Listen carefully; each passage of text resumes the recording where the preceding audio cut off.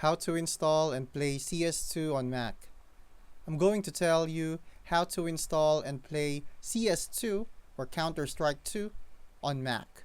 Or is it actually possible?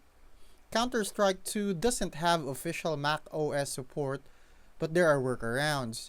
One option is using Boot Camp to install Windows on your Mac, allowing you to run CS2 like on a regular PC. However, this only works for Intel-based Macs since Apple Silicon M1, M2, or M3 doesn't support Boot Camp. For newer Mac, you can try Parallel Desktop or Crossover, which let you run Windows applications without fully installing Windows. Performance can vary depending on your Mac's hardware, and you may experience input lag or lower frame rates.